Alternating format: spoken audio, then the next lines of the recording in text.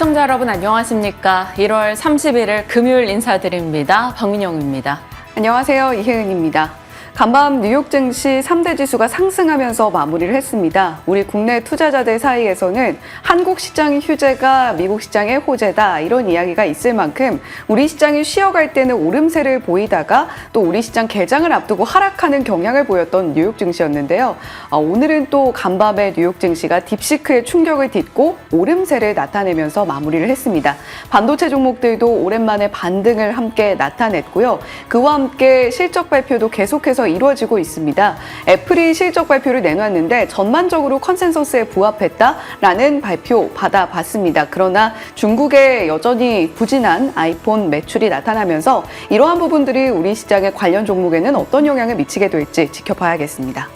이번 주 월요일 휴장이 일부에서는 조상신이 도왔다라는 얘기를 할 만큼 사실 딥시크 변동을 그대로 맞을 수 있던 날이기도 했었는데 그날 잘 휴장이 됐었고 일단 진정하는 모습이 일부 포착이 되고 있어서 어떻게 반영을 해야 될 것인가 같이 고민해 가도록 하겠습니다.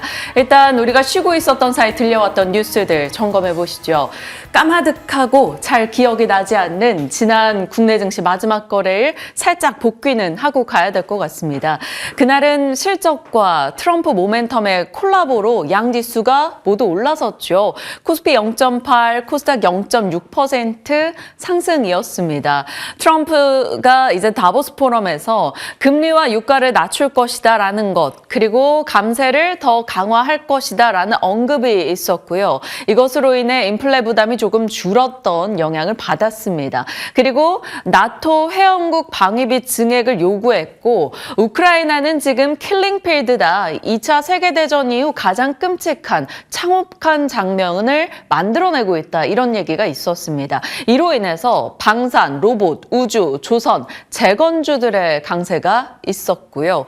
AI 진영에서도 스타게이트 이슈와 함께 트럼프의 AI 성장 2배 가 일어날 때 에너지 역시나 폭증하게 될 것이다 라는 코멘트, 그로 인해 원전과 전력 그리고 태양광 또 HD 현대엘렉트릭이 투자 경고 해제 이슈로 인해서 신고가를 기록하기도 했었습니다. 그러니까 트럼프와 AI 진영의 모멘텀을 받아가면서 이날은 2차 전지를 제외하고는 다수의 섹터 테마가 상승이었죠. 정책 이슈로도 우주항공 쪽에 천리안 5호 개발 사업 이슈가 더해지면서 상승세를 나타내기도 했습니다. 전체적인 분위기 괜찮았던 가운데 장 후반에 BOJ 금리 인상 이슈로 인해서 오후장 상승폭이 일부 반납되는 흐름, 지난 국내 증시 마지막 거래일이었습니다. 그날 통신 장비주들도 굉장히 강했어요. 기억하실지 모르겠습니다만 그 주에 해안 앵커와 또 저도 통신 장비 브리핑을 지속했던 바가 있었습니다. 이날 업데이트된 보고서가 영향을 줬죠. 트럼프 2기 인터넷 투자가 증가할 것으로 보고 광통신 투자 확대에 대한 긍정적 코멘트를 내놨습니다. 전체적인 투자 의견에 대해서는 중립이긴 하나 조금 지켜보자, 좋아질 만한 포인트가 포착되고 있다라는 뉘앙스였죠. 현재 미국의 광통신 침투율은 약 20%에 불과한데 이것은 앞으로 더 올라갈 여지가 있다라는 것으로 해석이 됐습니다. 한국의 광통신에 대한 침투율 지금 2024년도 기준 90%인 것을 비교해 봤을 때 미국도 인프라 투자로 통신 쪽이 뒤따라와야만 한다라는 것이었죠. 왜냐하면 결국 4차 산업의 패권 경제, 미국은 인프라 투자를 늘릴 수밖에 없다라는 것이었습니다. 신한투자에서는 대한광통신, 오이솔루션, 자람테크놀로지 등을 관심주로 일단 체크하자라는 이야기였고요. 이날 이런 이슈 속에 많이 올랐던 종목들 본다면 에이스테크, 솔리드, 대한광통신, 대덕전자, 이스페타시스 등을 꼽아봤습니다. 살펴볼 수 있겠습니다. 자, 지난 마지막 거래일의 시장 분위기, 그 가운데 조금 더 눈에 띄었던 통신 장비까지 살펴봤고요. 특징주들이 굉장히 많았던 가운데 임의로 좀 뽑아본다면 이수페타시스 눈에 띄었습니다. 제2호 인수 철회 이슈가 있었던 만큼 주가 상승으로 반영될 것을 시장은 예상했으나 이날 28%로 폭주하는 흐름이었죠. 49,900원의 종가를 나타냈습니다. 증권사 세 곳에서 이수페타시스에 대한 목표가를 제시했는데 그중 하나 39,000원은 돌파하게 됐고요.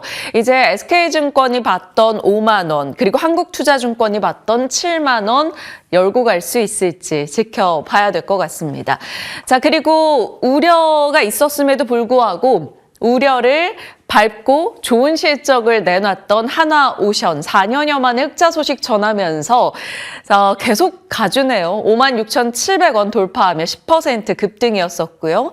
캔코아 에어로스페이스가 캔코아 USA 증설 계획으로 인해서 급등이 나왔습니다. 26%. 이들 세 종목이 오늘까지도 상승의 명분을 달고 달려갈 수 있을지 궁금해지는데 이수페타시스는 지금 우주 항공에서도 MLB 기판, 그리고 광통신에서도 MLB 기판, AI 가속기에서도 MLB 기판, 그리고 제2호 모멘텀까지 더해져서 쿼드러플 모멘텀의 주인공이 되고 있습니다.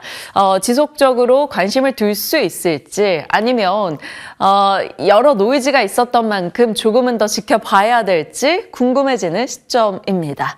자, 우리가 쉬고 있던 사이 뉴욕 증시가 총 5거래일이 진행이 됐습니다. 그중에 4거래일 흐름이고요. 오늘 새벽 마감 내용에 대해선 잠시 후에 따로 브리핑 전달드리겠습니다. 우리가 쉬었던 사이 특징들을 좀 보시면 전체적으로는 그리 좋았다라고 보기는 어렵습니다. 하락했던 날과 하락했던 폭이 훨씬 더 크게 나왔었죠. 특히나 눈에 띄는 것은 이날입니다. 27일. 우리 기준으로는 화요일 새벽 마감된 뉴욕장인데요. 이날 필라델피아 반도체 지수가 9% 급락이 있었죠. 다들 아실 겁니다. 바로 이날 엔비디아가 딥시크 쇼크를 받으면서 16% 폭락이 나왔습니다. 시가총액이 840조 이상이 증발했다라는 소식이 들려왔죠. 국내 시가총액 1위권부터 10위권까지의 종목의 시총을 다 합친 것만큼 날아갔다라는 겁니다. 단 하루 사이에요. 이날 엔비디아뿐 아니라 브로드컴, TSMC, 그리고 원전 쪽에서도 뉴스케일 파워, 전반의 AI 밸류체인 종목들이 함께 떨어지는 모습이 도드라졌었고요. 엔비디아는 급락과 그 다음날 급반등, 그리고 또다시 하락을 목요일까지 겪기도 했습니다. 딥시크 사태가 벌어지면서 그로 인한 충격을 받았고요. 그런 가운데 좀 견조했던 쪽들을 본다면 애플이 나름 선전하는 흐름이 있었고요. 노보노디스크나 일라이릴리 등의 종목들도 비교적 괜찮았습니다. 자, 그러면 뉴욕장에 우리가 쉬는 사이에 가장 큰 영향을 줬던 딥시크 무엇인지 살펴보시죠. 사실 연초만 해도 AI 칩과 AI 밸류체인 쪽에서는 꽃놀이패 느낌이었죠. 마이크로소프트의 AI 투자, 스타게이트 이슈, 메타의 AI 투자, 인도의 AI 투자, AI 진영에 800조 원 이상의 자금이 투입된다라는 뉴스 등이 쏟아졌었고요. 그로 인해서 AI 쪽 디램 업황이 조기 안정을 찾을 것이다라는 가능성이 제기되며 반도체 진영 분위기가 참 좋았었는데 딥시크가 등장하게 됩니다. 중국판 챗 GPT로 생각하시면 되겠죠. 중국의 AI 스타트업인 딥시크가 AI 모델을 공개했는데 기존의 빅테크가 지출했던 비용 대비 10분의 1밖에 들지 않았고 오픈소스로 소스를 열어줬다. 그러면서 시장의 관심을 받았습니다. 일시적으로 애플의 앱스토어에서 다운로드 1위를 기록하기도 했죠. 그러면 기존의 빅테크 지출의 10분의 1밖에 되지 않는데 성능은 비슷한 AI 모델이 등장했다라는 것에서 그러면 빅테크가 그 돈을 쏟아부을 필요가 있겠느냐라는 의구심이 제기된 거죠. 그러면서 고성능, 고가 GPU 대량 활용하는 것에 대한 의심이 제기됐습니다. 그로 인해서 엔비디아를 비롯해서 주요 종목들이 하락하는 모습이 나타났죠. 물론 이에 대한 반박도 있었습니다. 딥시크가 훈련 비용을 좀 과장한 것이 아닌가에 대한 의심이 있었죠. 일각에서는 GPU 구매 비용이 아니라 대여 비용일 것이다 라는 얘기도 있었고요. 실제로 사용한 GPU 칩이 훨씬 더 많았는데 그것을 속인 것이다 라는 여러 의심의 이야기들이 쏟아졌습니다. 이에 대해서 일론 머스크는 딥시크의 허풍으로 보고 있고 그 정도 비용으로 그 정도 성능을 만들어냈다는 것은 믿지 않는 듯한 느낌이었죠. 웃기고 있네 라는 얘기를 꺼내들기도 했습니다. 자, 이러한 딥시크 이슈가 사실 새로울 것은 아니었는데 메리츠 증권에 의하면 기존에 지난해부터 이미 회자되었던 내용이었는데 이 타이밍에 이것이 등장한 것에 대한 의심도 일각에서는 제시하기도 했습니다. 자, 이로 인해서 고비용, 고사양 GPU를 대량 활용하는 기존의 빅테크 중심의 AI 모델에 대한 의심이 계속 확장이 될지 아니라면 저비용 GPU를 활용한 새로운 가성비 모델에 대한 관심이 지속이 될지 여러 가지 분야로 우리는 생각할 게 조금 있었던 딥시크 사태였습니다. 자, 딥시크가 던진 의심. 오픈소스로 열었다라는 것은 이제 빅테크만이 AI를 다루지 않을 수 있다라는 것이고 수십억 달러의 데이터 센터가 필요하겠는가? 적당한 양의 GPU로도 이 정도 성능 낼 수 있는데 여기에 대한 의심이 등장했죠. 그러면서 엔비디아가 3%, 16% 급락의 흐름이 있었고요. 그 다음날 저가 매수로 9% 반등을 줬다가 다음날은 대중 수출 규제가 강화될 수 있다는 우려와 함께 추가적으로 4%를 다시 내어줍니다. 그리고 오늘 새벽에 처음 이제 뉴욕장의 분위기를 확인했을 때 새벽 한 3시 반경만 해도 3, 4% 빠지고 있었습니다. 그런데 종가상으로는 결국 저가 매수가 유입되면서 1% 가까운 상승으로 양봉 전환해줬는데요. 이것이 그렇게 반갑더라고요. 만약에 오늘도 속절없이 밀렸다면 이제 엔비디아를 비롯해서 국내 반도체도 좀 많이 걱정스러웠을 텐데 일정 부분 충격이 있더라도 엔비디아가 양전을 했다라는 것에서는 그나마 그 충격을 좀 완화시켜주지 않을까 기대를 살짝 걸게 됩니다. 자, 이러한 딥시크 사태로 인해서 기존의 AI 쪽이 조금 흔들릴 수 있다라는 우려, 월가에서는 반박에 나섰죠. 뱅크 오브 아메리카, 딥시크 우려 과도했다. AI 확장, 속도에는 일부 영향을 줄 수 있으나 이 부분이 긍정적으로 오히려 작용해서 AI 경쟁이 격화되는 것이다 라는 평가였고요. 웨드부시에서도 분명 딥시크가 의미가 있기는 했으나 사실 미국 기업들 중에 딥시크로 AI 인프라를 활용할 기업은 없다라고 얘기합니다. 결국 선택지는 엔비디아 혹은 브로드컴 등이 된다라는 주요 의견들이 뒤따랐고요. 톰리의 의견도 있었죠. 팬데믹 이후 최악의 과잉 반응이다라고 언급하기도 하네요. 딥시크가 던진 여러 가지 의심. 딥시크는 당근과 채찍 측면에서 나눠서 좀 살펴보고자 합니다. 먼저 채찍으로 봐야 되겠네요. 딥시크의 채찍은 AI 쪽, 특히나 미국을 중심으로 있는 AI 진영에 일부분 각성을 시켜주지 않았나 싶습니다. 그래서 AI의 스푸트니크 쇼크다라는 얘기도 나왔죠.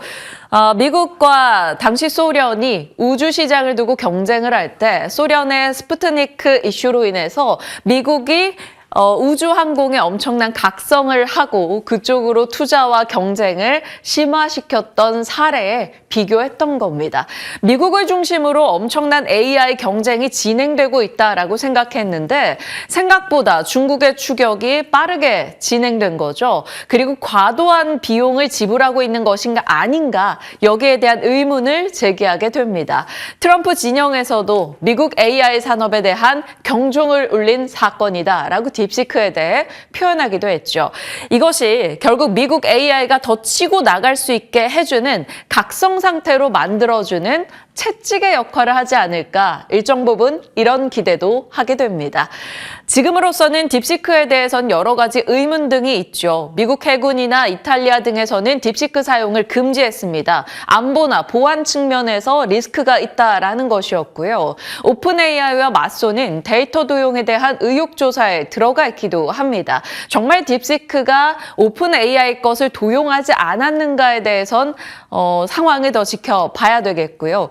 딥시크 성능에 대해서도 예상했던 것보다는 굉장히 좋기는 한데 중국과 관련한 내용에 대해서 딥시크 스스로가 굉장히 조심스러운 답변 등을 내놨다라는 겁니다. 시진핑 주석에 대한 얘기 혹은 천안문 사태에 대한 얘기 어떤 것에 대한 질문을 했을 때 상당 부분 자가 검열을 한다라는 측면과 거짓 정보에 대한 반박을 잘 못한다라는 것에서 신뢰성이 조금 떨어진다라는 것이죠. 그래서 딥시크에 대한 이슈가 지속 가능하겠는가? 거기에 대한 의문은 있습니다. 일정 부분 딥시크가 저비용 AI 쪽으로 이슈가 되면서 데이터 센터 투자 감소에 대한 우려가 있었죠. 그래서 AI 반도체, 냉각, 전력, 원전 종목들이 우리 기준 화요일 새벽에 뉴욕장에서 모두 급락하기도 했었습니다. 하지만 시간을 두고 좀 진정해 나가는 분위기가 형성이 됐는데요. 왜냐하면 빅테크 기업들의 실적이 같이 쏟아졌었고요. 마이크로소프트나 메타 등등에서는 지속적인 AI 투자를 하겠다라는 이야기를 꺼내놨기 때문입니다. 그렇기 때문에 AI 캐펙스 투자에 대한 우려를 좀 지워갈 수 있었고요. BCA 리서치 등에서는 딥시크 쇼크로 인한 원전주의 하락은 매수 기회다라는 얘기를 꺼내들기도 했습니다. 그로 인해서 일정 부분 회복의 길을 걸어갔죠. 자, 그러면 채찍 측면에서는 딥시크가 미국 AI에게 정신 차려라며 채찍을 줬다면 당근 측면에서 우리가 생각해 볼 수 있는 분야들을 고민해 봤습니다. 경쟁이 가속된다라는 거죠. 딥시크뿐 아니라 이제 연휴 사이에 알리바바도 AI 모델을 내놨어요. 기존의 챗GPT 혹은 메타의 라마 등과 함께 이런 AI 모델이 이제 쏟아지는 분위기가 형성이 됐고요. 결국에는 AI 관련해서 개발 비용이 좀 줄어들 수 있다면 관련한 경쟁은 더 가속화될 겁니다. 그러면 AI 개발 경쟁이 심화되고 그것은 대중화를 좀 더 앞당길 수 있겠죠. 비용이 줄어들게 된다면 AI 모델 도입 속도가 올라가게 될 겁니다. 소프트웨어 업체들의 마진이 개선될 거죠. 그래서 미국장에서 AI 소프트웨어 진영은 상대적으로 선전하는 흐름이 있었고요. 그리고 의료 AI, 자율주행, 로봇, AI를 접목시키는 분야에서는 훨씬 더 그 시계가 앞당겨질 수 있다는 점을 기억할 수 있겠습니다.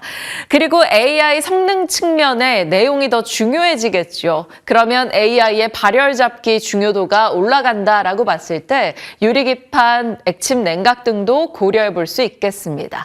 그리고 SK 하이닉스, 당연히 이제 엔비디아의 흔들림으로 인해서 SK 하이닉스도 이제 몰아서 일정 부분 충격을 소화할 가능성도 있습니다. 하지만 일각에서는 결과적으로는 P가 가격이 하락하게 되더라도 반도체 산업에 Q가 증가하게 되는 일이다라는 측면에서는 긍정적인 것을 일부 열어둬야 되겠죠. 그리고 딥시크가 기존의 이 H100이 아닌 H800 중국으로의 수출 가능한 그리고 H100의 성능의 한 20-30% 뺀 성능인데요. 이 H100으로 학습을 했다라고 쳤을 때는 GPU 성능은 저하됐지만 HBM은 H100과 H800이 동일하다라는 측면에서 결국에는 HBM 성능이 딥시크의 결과를 만들어낸 게 아니냐 이런 시각도 일각에서는 제시하고 있습니다. 결국 HBM 성능이 중요하다라는 것을 보여준다라는 측면에서 SK하이닉스와 HBM 쪽 분명 부담이겠으나 그런 가운데 기대 요소를 갖고 갈 수 있을지 지켜보도록 하겠습니다. 결과적으로 오늘은 딥시크를 좀 소화하는 날이 될 텐데요. 시장의 평가가 만약에 AI 비용 효율화로 들어가게 돼서 저가 AI, 저비용 AI 쪽의 측면이 맞춰진다면 AI 내러티브가 일정 부분 훼손될 수 있겠죠. 그래서 반도체, 전력 혹은 에너지원에 대한 하락이 나올 수도 있습니다. 만약에 이런 AI 진영이 하락하게 된다면 수급을 받아가는 측면에서는 바이오나 기존의 주도였던 조선 섹터 가능성을 열어둘 수 있고요. AI 경쟁이 심화된다, 투자가 증가하게 된다, 결국에는 Q가 늘어나게 될 것이다 라고 봤을 때는 반도체나 전력원, 유리기판 쪽은 또 올라갈 수 있지 않을까 기대를 해보게 됩니다. 자, ASML 측에서는 이번 이슈를 두고 저렴한 비용은 AI가 많은 애플리케이션에 활용된다라는 것을 봤을 땐 단기적인 하락, 장기적인 호재로 내다보기도 했네요. 그러면 딥시크 이슈가 어떻게 진정돼가는가를 보기 위해서 우리가 관전 포인트로 삼아야 되는 것은 빅테크 업체들의 AI 투자가 지속되는가, 그리고 이를 계기로 미국이 중국의 반도체 규제를 강화하는가 주요 이슈로 봐야 되고요. 엔비디아와 SK하이닉스를 필두로 한 HBM의 주가 반응도 체크가 필요합니다. 그리고 딥시크 성과가 일정 부분 과장된 것은 아닌가에 대한 뉴스도 지속적으로 확인해 보시죠. 자, 딥시크 소화데이, 앞서 말씀드린 대로 딥시크의 당근으로 봤을 때 AI 소프트웨어 진영, 그리고 자율주행 로봇, AI 발열 잡기에서 유리기판 체크가 가능할 겁니다. 유리기판은 때마침 뉴스도 있었죠. AMD가 2028년도에 첨단 반도체 유리기판을 적용한다라는 소식, 그리고 BOE 측에서 연내 유리기판 생산에 착수한다라는 소식 등이 있어서 유리기판 쪽에 요즘엔 토모큐브, JNTC, 피롭틱스 이런 종목들 한 번 더 체크해 주시길 바랍니다. 자, 딥시크 소화데이 측면에서 내용을 좀 살펴봤고요. 참고용으로 딥시크 관련주들을 일단 이렇게 넣어봤습니다. GRT가 딥시크의 AI 파트너사인 낭조정보에 AI 서버 열관리 제품을 공급했던 이력이 있다라는 점에서 또 연결고리 종목으로 꼽히고 있기도 하고요. 마음 AI는 딥시크를 기반으로 한 온프레미스 LMM을 출시한다라는 뉴스가 있었고요. SNS텍 중국향 DUV 장비 부품을 공급하고 있죠. 딥시크에 사용된 DUV 공정, 거기에서 DUV와 연결되는 종목들 일단 체크해 보겠습니다. 그리고 이스페타시스요. 낭조정보의 MLB 기판에 납품할 것이다 라는 설이 있어서 일단 관련주로 같이 체크하겠고요. 중화권 기업 반도체 쪽 얘기가 나오면 제주반도체, 칩스앤미디어가 거론이 되니까요. 확인해 보시죠. 일단 딥시크 관련한 종목들도 참고용으로 체크합니다. 자, 그러고 보면 이수페타시스가 지금 계속적으로 모멘텀이 걸리고 있다라는 느낌입니다. 어릴 때 봤던 땅불바람 물마음 5가지 마음 이런 애니메이션이 있었던 기억이 있는데 5가지 힘이 모이고 있는 느낌이죠. 우주항공, 통신장비, 제2호 인수철회, 그리고 AI, 딥시크 이슈까지 해서 MLB 기판에 대한 모멘텀이 좀 부각되며 이스페타시스가 자주 거론이 되고 있습니다. MLB 기판은 기판을 쌓아 올린 다층 PCB입니다. 많이 쌓으면 쌓을수록 데이터 처리 속도가 빨라지죠. 그래서 이스페타시스가 MLB 기판에 어디쯤에 있나 봤더니 글로벌 점유율 3위로 추정되고 있습니다. 통신, AI, 우주, MLB 등에서 우주 등에서 MLB 기판 사용이 늘어나고 있고요. 때마침 이 MLB 기판은 수급이 타이트한 전자제품군입니다. 그리고 미중 분쟁이 있을 때마다 중국 쪽의 공급이 조금씩 막히면서 이스페타시스가 ASP가 올라간다든가 반응을 보이기도 했었죠. 참 지난 하반기에 좀 고초를 겪었었던 이스페타시스인데요. 지금 중요한 순간에 꽤나 많은 저항을 뚫어내는 자리에 와 있기도 합니다. 한국투자증권은 7만 원의 목표가를 제시하기도 했죠. 스타게이트 국내 최대 수의 업체로 꼽기도 했는데 이스페타시스 5가지의 힘을 받고 더 달려갈 수 있을지 지켜보겠습니다. 자, 이스페타시스는 5가지의 힘을 받았다면 5가지의 장애물을 만난 느낌은 삼성전자입니다. 무디스 측에서 삼성전자 신용등급 전망을 하향 조정했고요. 딥시크 이슈가 변수로 등장했고요. 반도체 쪽에 보조금 우려가 제기됐습니다. 그리고 등 돌리는 황 사장님, 엔비디아의 젠슨항 CEO가 특정 기술 매체 보도였긴 한데 삼성의 HBM 공정은 완전히 신뢰하기 어렵다. 삼성의 리더십 부재, 결국 우리와 협력이 어려울 수도 있다. 이런 얘기를 했다고 보도를 냈습니다. 기존의 젠슨왕은 희망이 있다. 재설계를 요청해서 삼성과 협력할 거다. 긍정의 코멘트들을 많이 냈던 것과 달리 톤이 조금 바뀌었죠. 격화된 표현이 나왔기 때문에 이것이 삼성전자에 어떤 충격을 줄지 좀 지켜보겠습니다. 삼성 측에서는 엔비디아와 돈독한 사이라며 관계자 해명이 있기도 했네요.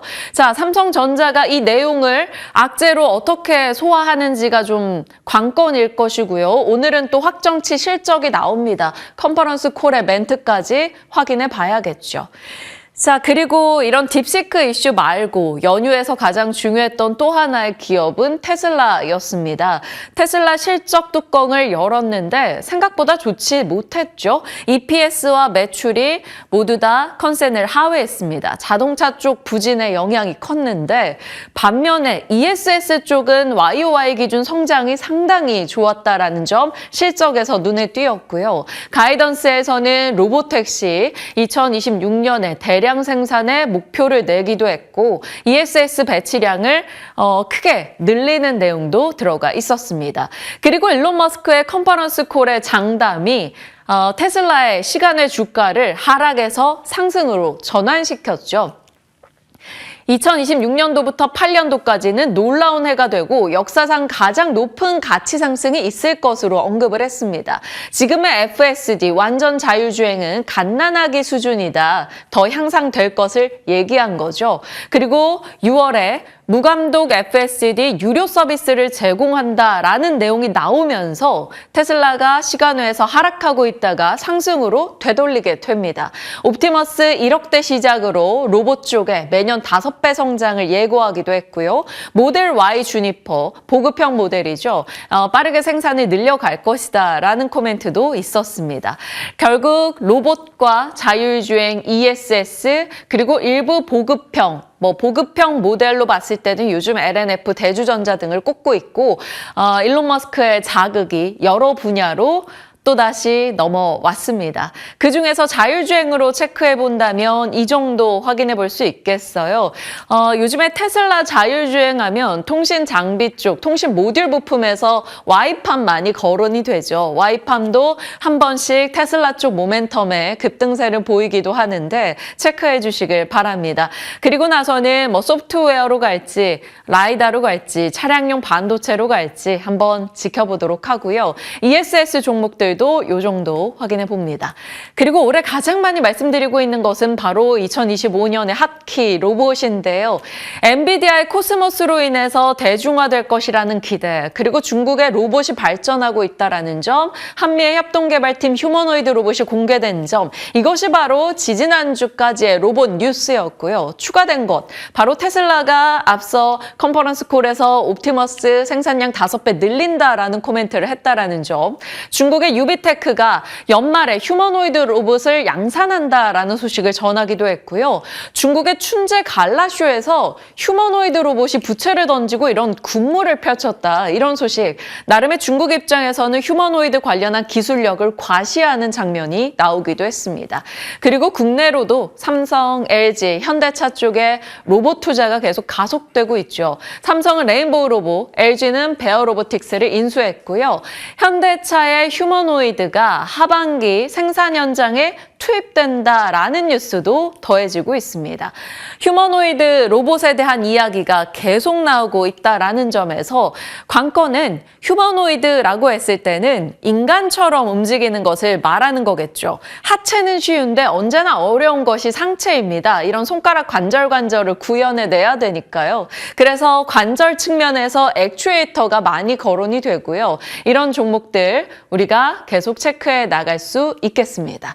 그리고 그리고 현대차 보스턴 다이내믹스 이슈가 휴머노이드 로봇 쪽에서 부각이 된다라고 봤을 때는 이 한국 무브넥스도 일단 로봇 관련주로 후보 넣어두겠습니다. 한국 무브넥스 차트 한번 열어봐 주시면 지난 금요일에 보스턴 다이내믹스 쪽에 정밀 금형 부품 공급 이슈가 있었어요. 그래서 상한가 진입이 됐습니다. 현대차 측에서 휴머노이드 로봇을 생산 현장에 투입한다라는 뉴스가 나왔기 때문에 이 한국 무브넥스가 더 갈 수 있을지 한 번 더 체크해 보겠고요. 현대차 진영의 보스턴 다이내믹스 솔루션 업체이죠.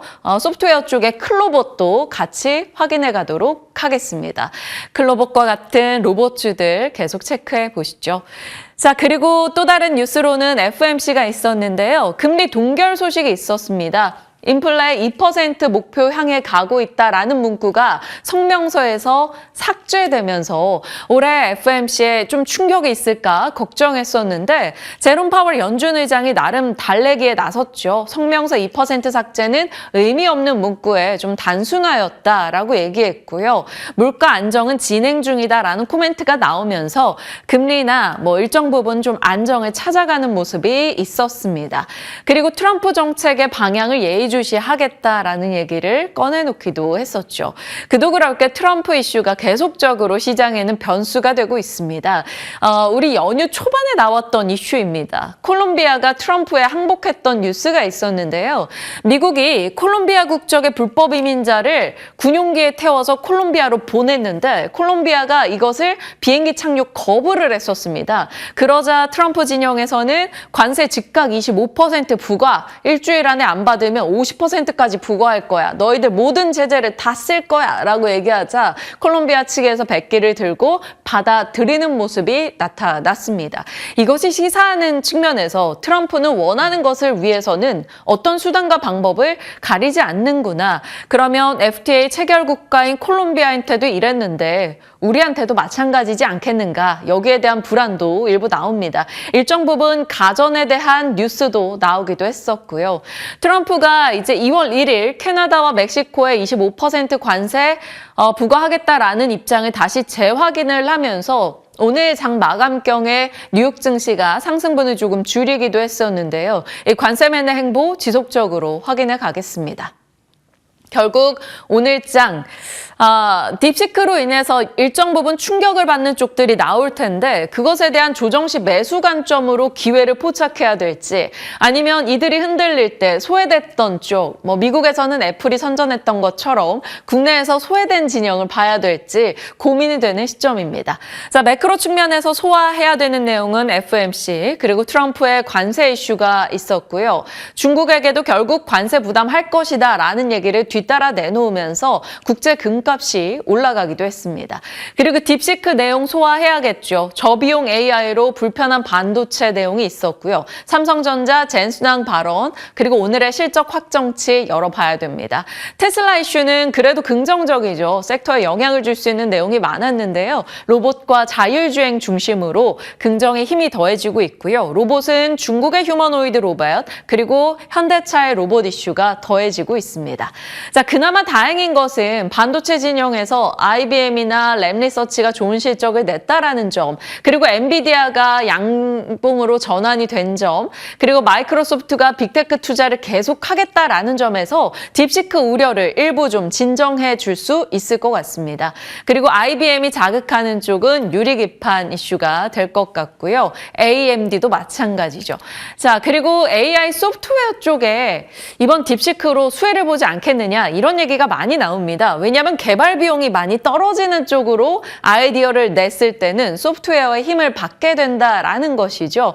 비용 절감 대중화로 봤을 때 소프트웨어, 그중에서 의료 AI, 미국 내에서 시세가 괜찮았습니다. 템퍼스 AI가 급등이었고요. 딥노이드에서는 병변 위치를 표시하는 것을 넘어서 판독문을 작성해주는 AI로 공개하기도 했는데요. 루닉과 딥노이드, 3빌리언 이런 의료 AI 진영 진영 봐야 될지 궁금해집니다. 생각나는 금반지인데요. 금, AI를 캐기 위해 광부가 빅테크들이 곡괭이와 청바지를 입고 들고 들어갔죠. 반도체와 전력을 활용한다라는 것이고요. 그래서 캐는 금으로 잘 가공된 금반지들로 다시 관심이 이동해서 소프트웨어 등이 힘을 받게 될지 지켜보도록 하겠습니다. 자, 시장에 대한 흐름들 좀 살펴봤고요. 이제 오늘 새벽 기준으로 추가된 뉴스들이 굉장히 많아서 하나씩 열어보겠습니다. 애플, 인텔, 저희 살필 게 많더라고요. 네, 계속해서 실적이 쏟아지고 있습니다. 우리 시장이 쉬어가는 동안에 나타났던 실적들, 특히 간밤에 발표된 애플의 실적 발표 이후의 흐름들 위주로 한번 짚어보시죠. 이제 딥시크가 미국 시장에 안고 온 충격은 상당했습니다. 그 이후에 엔비디아 여전히 200일선 무너진 채로 간밤에 주가가 올랐다고는 해도 회복하지 못하고 있는 모습이고요. 반면에 애플은 2025년의 출발이 사실 그다지 좋지 못했습니다. 요즘에는 배트맨이라고 해서 미국 시장의 M7 이후의 흐름들을 이 종목들로 이야기를 하고 있는데 그중에서 애플만 유독 부진한 초반을 보내고 있다라는 이야기를 하고 있기도 했죠. 딥시크 그 이후에 엔비디아의 주가는 이렇게 200일선 무너진 채로 아래쪽에서 움직이고 있는 반면에 애플은 그래도 견조한 흐름을 나타내고 있습니다. 실적 발표 이후에도 애플이 그 흐름을 이어갈 수 있을 것인가 실적 발표 내용은 잠시 후에 짚어보도록 하겠고요. 자, 엔비디아와 애플을 좀 앞서서 비교를 해봤는데 배트맨 중에서 가장 부진했던 애플 이렇게 좀 제목이 달려있죠. 애플은 연초부터 1월 한 중순에서 1월 20일까지 11%가량의 주가 하락을 맞이하고 있습니다. 2025년의 초반이 굉장히 불안하게 나타나고 있다라고 이야기를 해볼 수가 있을 텐데 그 밖에 엔비디아, 메타, 아마존, 구글, 마이크로소프트, 브로드컴, 테슬라까지 이러한 종목들은 사실 1월 초의 흐름은 나쁘지 않았습니다. 애플은 그 가운데에서도 가장 부진한 흐름을 보였는데 그 이유는 중국의 부진이 영향을 크게 미치고 있죠.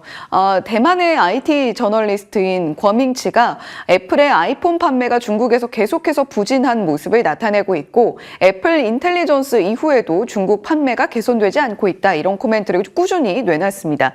중국의 최근 판매 흐름을 보면 2021년에 2020년 대비 크게 늘어난 데 비해서 점차적으로 좀 정체되어 있는 모습을 나타내고 있고요. 2024년에는 오히려 2023년 대비 중국 판매는 줄어드는 모습을 나타내기도 했습니다. 그렇다면 이번 실적은 어땠을까요? 중국 판매량은 전년 동기 대비 11%가량 하락하는 흐름을 보였던 애플입니다. 전반적으로 매출과 EPS 관리는 상당히 잘 되고 있다는 것을 나타냈던 이번 실적 발표였는데요.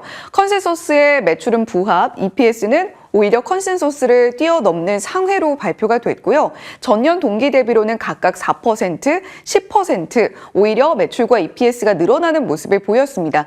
그런데 상세한 실적을 들여다보면 중국 쪽에서 11% 빠졌다라는 것, 중국 매출은 한 175억 달러가량으로 발표가 됐거든요.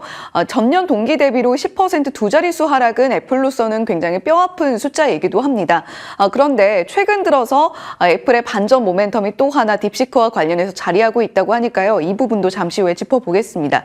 자, 아이폰은 발표치가 컨센서스 대비 하회로 691억 달러로 발표가 됐습니다. 전년 동기 대비로도 1% 하락이었고요. 웨어러블 액세서리, 애플워치 같은 이러한 항목들도 컨센서스를 하회, 전년 동기 대비로는 2% 하락으로 발표가 됐습니다. 그 밖에 제품군들의 경우에는 사실 나쁘지 않은 숫자들을 나타내는데요. 맥과 아이패드 모두 컨센서스 대비 상회하는 매출을 기록을 했고요. 서비스 쪽은 꾸준히 애플이 매출의 상향을 기록하고 있는 부분이기도 합니다. 263억 달러가량으로 발표가 됐는데 전년 동기 대비로는 14%가량의 성장 흐름을 보여줬습니다. 매출 총 이익률도 두 자릿수 10% 상승으로 나타났기 때문에 이러한 부분들이 애플의 주가에는 어떤 영향을 미쳤을까? 일단 시간 외에서 실적 발표 이후 직후에는 한 강보합권으로 움직이다가 있었다가요. 지금은 좀 크게 빠지고 있습니다.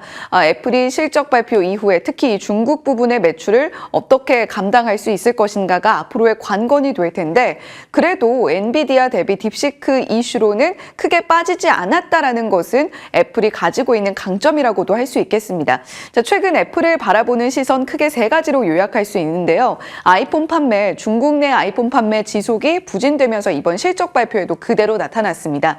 자, 그 다음에 AI 경쟁력은 애플이 어느 정도 위치에 와 있는가? 애플 인텔리전스에 대한 기대감을 상당히 키우면서 주가의 우상향 곡선을 그려냈던 애플. 그런데 막상 열어보니까 시장 기대에는 미치지 못했다. 이런 평가가 나오고 있습니다.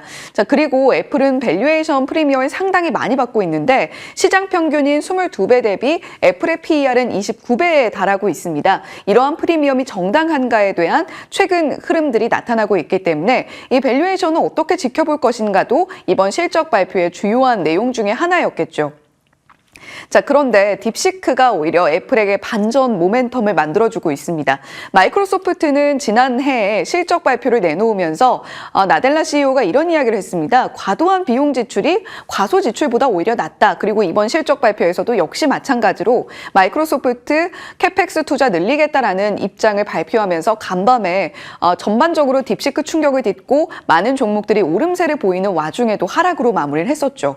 자, 2024년에 AI 데이터 센터 비용 지출을 총 지출 비용 따져봤을 때 2,300억 달러 지출하는 모습을 보여줬고요. 상위 10개 기업의 지출만 60%에 달하는 모습을 나타냈습니다. AI 패권을 쥐겠다는 미국 빅테크 기업들의 의지가 상당함을 나타내고 있죠. 자, 그리고 1월 달에 딥시크가 등장하면서 저비용 고성능 AI 모델에 대한 니즈가 커지고 있구나라는 것을 딥시크가 반증을 했습니다. 챗 GPT가 1억 달러가량이었다면 딥시크는 600만 달러. 앞서서 민영 앵커가 이 비용 산정에 있어서 약간의 의구심이 들고 있다는 이야기는 언급을 해주었습니다만 앞으로 그 판도가 바뀌게 될 것이라는 것은 조금 어느 정도는 시장이 받아들이고 있는 모습이죠. AI 하드웨어보다 AI 소프트웨어가 주목받는 시기로 이어질 것이다라는 분석이 나오고 있습니다. 자, 그리고 애플 같은 경우는 그동안 캐펙스 투자를 늘리는 것에 굉장히 보수적인 모습을 나타냈었는데요. 이번에 애플 실적 발표에서 매출과 EPS가 성장세를 보일 수 있었던 주요한 이슈이기도 하겠죠. 자, 그런데 이러한 애플의 저비용 전략이 딥시크 등장으로 인한 이 저비용 고성능 AI 모델의 등장 시대에서는 오히려 이익을 발할 수 있을 것이다. 이런 이야기가 나오고 있습니다. 실제로 마이크로소프트와 애플이 2024년에 AI 데이터 센터에 투자했던 비용 지출의 금액 규모가 굉장히 큰 차이를 나타내고 있기도 하죠. 자, 그와 더불어서 아이폰과 스타링크가 협업을 진행하고 있다는 소식도 애플의 지금 시간 외 하락을 딛게 만들 수 있는 또 하나의 모멘텀이 될 수 있지 않을까 기대를 해봅니다. 애플 최신 아이폰 소프트웨어에서 스페이스X 그리고 T-모바일과 비밀리에 협력을 진행하고 있다는 소식인데요. 애플이 스페이스X가 운영하고 있는 스타링크 서비스와 아이폰의 호환성을 현재 베타 버전으로 테스트하고 있다는 이야기가 블룸버그 를 통해서 전해졌습니다. 스타링크 네트워크를 이용한 대체 통신 옵션 제공이 가능해진다라는 이야기인데 기존의 애플도 물론 위성 서비스 제공을 하고 있었습니다. 국내의 경우에는 사실 오지가 거의 없기 때문에 애플의 위성 서비스를 사용할 일이 아주 많지는 않은데요. 미국이라던가 글로벌 다른 국가들에서는 이 위성 서비스에 따라서 판매가 좌우가 되는 정도는 아닙니다만 어느 정도 영향은 미칠 수 있는 요인이 되고 있습니다. 기존에는 사용자가 위성을 찾으려면 아이폰을 하늘로 들어야만 이 위성과 교신이 가능했는데 만약에 스타링크 서비스를 이용하게 된다면 위기 상황, 예를 들어서 트래킹을 하다가 조난을 당했다라는 이러한 상황 속에서 주머니 안에서도 자동으로 위성과 교신을 할 수 있다는 점에서 굉장한 강점을 보일 수 있다는 것이겠죠. 자, 애플이 이렇게 하나 둘씩 아이폰을 필두로 해서 어떻게 좀 분리했던 부분들을 보완해 나가느냐 이러한 이야기들이 나오고 있는 것이겠죠. 아이폰과 스타링크의 협업 소식이 애플의 주가를 그리고 애플 관련 종목들의 주가를 끌어올려 줄 수 있을지 한번 지켜보시면 좋겠습니다. 자, 이번에는 인텔 실적입니다. 인텔은 장중에도 상승이 나왔었고요. 실적 발표 이후에 또 시간 외에서 강세 흐름 나타내고 있습니다. 4분기 인텔 실적 발표 사실 숫자만 놓고 봤을 때는 그렇게 좋지는 않죠. 4분기 매출과 연간 매출 모두 YOY 기준으로 하락입니다. 거기다가 상세한 항목들도 전반적으로 전년 동기 대비 좋지 않은 모습을 나타냈는데 그래도 매출과 EPS가 시장 컨센서스 대비 상회했다라는 점, PC 부분에서 컨센서스 대비 상회한 실적을 나타냈다라는 점이 그래도 인텔이 이제 실적의 바닥을 좀 찍고 있는 것인가라는 궁금증을 만들어내고 있는 것이라고 볼 수 있겠습니다. 자, 무엇보다도 이제 중요한 것은 가이던스일 텐데요. 인텔의 가이던스 2025년 1분기에는 117억에서 127억 달러가량의 매출을 올릴 것으로 발표를 했습니다. 컨센서스 대비로는 모두 하회라는 점에서 사실 시장이 지금 인텔의 실적 발표를 내놓고 이렇게 반등을 나타내고 있다는 점을 어떻게 해석해야 될까 조금 머리가 아프기도 할 텐데요. 일단은 가이던스 숫자까지 함께 체크해 보시면서 국내 반도체 종목들에 어떤 영향을 미치게 될지까지 함께 체크해 보시면 좋겠습니다. 와, 오늘 반도체는 정말 이슈가 너무 많아서 각각의 영향을 어떻게 받게 될지 굉장히 고민되는 시점이네요. 함께 고민하겠습니다. 지금부터 전략으로 이어가시죠.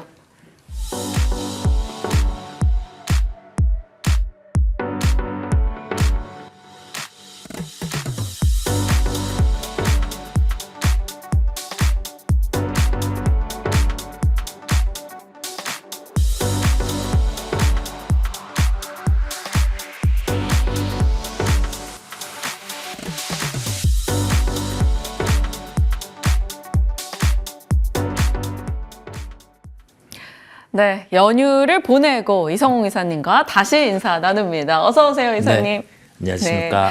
네, 지난주 금요일 마지막 거래일 함께 해주셨어요. 그날 굉장히 긴 시간을 호흡해 주시면서 네. 돌발 질문 정말 한 수십 개를 던진 듯한 느낌이었는데 다 소화해 주셨었죠. 자, 오늘도 잘 부탁드립니다. 저희 오늘 이사님이랑 모든 걸 대비하고 연휴에 들어갔다 생각했는데 갑자기 딥시크가 그죠. 등장을 했습니다. 네. 이 딥시크로 인한 충격 뭐 어떻게 소화될까요, 국내장? 그 딥시크에 대해서 핵심은 그 오픈된 소스로 지금 뭐 오픈 AI라든지 이쪽에서 구현해낸 캐펙스 투자를 통해서 나온 하나의 뭐 부분보다는 더 우월한 흡사한 데이터 같은 경우를 내놨다라는 점이에요. 이 부분은 작년 연말, 연초에 이미 뭐 딥시크의 성능 같은 경우는 부각이 된 상황이에요. 왜 지금 시점에서 이게 또 불거지느냐라고 하면 미국의 실적 시즌 와중에 스타게이트라는 하나의 포인트를 이야기를 했죠. 대량의 캐펙스 투자를 통해서 AI에 대한 핵심을 미국에서 진행하는 와중에 중국에서 적은 비용을 통해서 구현해낸 부분을 내비쳤어요. 핵심은 그 오픈 소스로 인해서 진행이 되었다라는 점이고요. 그랬을 때 우리가 생각할 수 있는 점은 뭐냐면 과연 이 캐펙스 투자 같은 경우는 미국에서 지속되느냐 아니냐가 핵심이었는데 미국의 그 빅테크 기업들의 실적 발표 이후에 컨퍼런스 콜에서 일관되게 얘기를 한 점은 캐펙스 투자를 뭐 줄일 용의는 없다라는 점이었어요. 왜냐하면 지금 각 기업들, 뭐 마이크로소프트 같은 경우는 클라우드 부분의 실적이 분기별로 약간 빠져서 주가 조정이 나오기는 했고 나머지 메타라든지 뭐 테슬라 이런 기업들 같은 경우는 딥시크가 출연했다라고 해서 이게 그러면 게임 체인저가 되어서 우리가 캐펙스를 줄이고 여기에서는 진행을 하지 않는다 하기에는 한계가 있어요. 한계가 있다 보니까 결론은 뭐냐라고 하면은 캐펙스 투자가 지속되냐 아니냐 여부에 초점을 맞췄던 거고 이 지속되는 상황 속에서 계속 뭐 새로운 제품들은 나올 수 있어요. 그러면서 논란은 있을 수 있는데 이 방향 같은 경우는 훼손이 되지 않았다라는 점이에요. 다만 속도에 대한 점은 이견이 있을 수 있죠. 우리나라 기업 쪽으로 보면 뭐 전력이라든지 대형 반도체 기업들 같은 경우는 주가가 한 발 더 빨랐어요. 그러면 오늘 충분히 조정이 나올 수 있습니다. 뭐 한 10% 이 정도의 조정이 나올 수도 있겠죠. 그런데 미국 시장에 대입을 해보면 주가의 반응들을 한번 보면 에너지 쪽 같은 경우는 딥시크 이슈가 연휴 초에 불거졌을 때에 개파락을 다 메우는 흐름이 나타났고 나머지 전력이라든지 반도체 같은 경우는 이런 흐름을 메우지 못하는 흐름이 나타났거든요. 방향에 대해서는 에너지는 뭐 이견이 없습니다. ING고 지속이 되는 상황인데 이 캐펙스 투자에 대해서 만약에 훼손이 나타난다라고 하면 충격을 받을 수 있는 쪽은 뭐 전력 부분, 뭐 반도체 부분, 우리나라에서 주가가 빨랐던 쪽이다 보니까 이 부분을 활용해서 보시면 된다라는 말씀 드립니다. 네. 데이터 센터 관련한 인프라 쪽에서는 약간의 조정이 있을 수 있다라는 점이고요. 에너지원에 대해서는 여전히 AI 방향이 훼손된 것이 아니기 때문에 상승할 여지가 더 있다라는 점을 살펴주셨습니다. 그러면 종목으로 봤을 때 뭐 SK 하이닉스 혹은 이제 이수페타시스는 뭐 딥시크 관련한 수혜주로도 많이 꼽히는데요. 이런 종목들은 어떤 의견이신지요? 이수페타 같은 경우는 어찌 보면 이번에 좀 본업 외에 이벤트 같은 경우가 불거졌다 보니까 다시금 재가치라고 하죠. 고대역폭 기판 관련해서 재가치를 찾아가는 와중이다 보니까 긍정에 대한 부분을 열어둘 수가 있겠고요. 조금 주가들이 빨랐던 뭐 SK 하이닉스라든지 우리 뭐 변압기 쪽 같은 경우는 주가가 한 단계는 쉴 수 있어요. 그런데 이게 추세를 깨고 하향으로 이제 간다라는 점이 아니겠고 좀 오버페이스가 나타낸 쪽. 우리가 전력기기의 밸류 같은 경우로 볼 때 뭐 호황기 때 사이클의 정점 때 주가 수익 비율이 뭐 20배 중반 이 정도 위치를 한 상황이다 보니까 전력기기 대부분이 20배 중반 그 이상의 위치를 하고 있어요. 그러면 좀 할인을 받을 수는 있겠죠. 그래서 내재 가치 대비해서 지금 주가가 어느 수준인지 그 부분을 살펴보시면 되겠고 뭐 전력기기나 대형 반도체 쪽은 주가 좀 쉬어갈 수 있습니다. 그 부분을 염두에 두고 오늘은 좀 살펴볼 필요가 있는 점을 말씀드립니다. 네, 일정 부분 조정을 염두에 두고 대응을 해보자라는 점, 대형 반도체와 전력 쪽 살펴주셨습니다. 자, 오늘 새벽 뉴욕장으로 봤을 때는 오르긴 했는데 이제 트럼프 관세 이슈가 조금 부담이 되면서 상승분을 약간 줄였습니다. 그런 가운데 애플이 사실 이번 연휴 기간 동안에 의외로 그동안 AI 지출을 많이 안 했었기 때문에 그것이 호재가 돼서 올라가는 흐름이 있었어요. 이런 소외된 종목에서 아이디어를 찾는 게 맞을지, 또 애플의 실적으로 봤을 때 회복의 여지가 좀 있을지 어떤 시각이십니까? 이제 그 딥시크의 등장이죠. 연말 연초에 등장을 했지만 이게 불거지면서 시장은 소프트웨어 쪽 또는 소프트웨어에서 이익을 창출할 수 있는 쪽에 좀 초점을 맞추는 상황이기는 해요. 그렇다 보니 미국 시장 안에서도 뭐 관련된 종목을 찾아서 소프트웨어 종목들이 반응하곤 했는데 그 강도는 약합니다. 그래서 이 조정을 놓고 뭐 애플 같은 경우는 지금 인텔리전스를 탑재해서 나아가는 방향 속에서 약간의 공백기가 있다 보니까 주가 같은 경우는 더 올라가지는 못하는 상황이에요. 인텔리전스 탑재하고 여기에 대한 결과를 보여준다라고 하면 주가는 레벨업이 될 수 있겠고요. 되려 시장 안에서는 뭐 온디바이스 AI 이런 쪽의 부각에 대한 가능성도 충분히 존재를 합니다. 다만 이거는 뭐 아주 당장 이렇게 강하게 수혜가 된다라고 하기보다 딥시크의 등장 그러면서 캐펙스는 지속되는데 시장에서 좀 더 빠른 이익에 대한 회수를 원할 수도 있다 보니까 뭐 소프트웨어 쪽은 부각될 수 있지만 우리나라 기업을 보기보다 해외 지금 몇몇 기업들이죠. 뭐 오라클, 그다음에 어도비 같은 경우도 영업이익률이 30%대를 유지하는 상황 속에서 분기의 실적 정체가 있다 보니까 주가가 많이 빠져 있거든요. 그래서 미국 쪽의 소프트웨어 같은 경우를 함께 살펴보시면 된다라는 말씀 드립니다. 네. 미국 내 AI 소프트웨어 진영 좀 긍정의 시각 확인해 주셨고 미국 내에서 템버스 AI 같은 의료 AI도 올랐단 말이죠. 네, 그렇죠. 네. 국내 뭐 의료 AI는 어때요?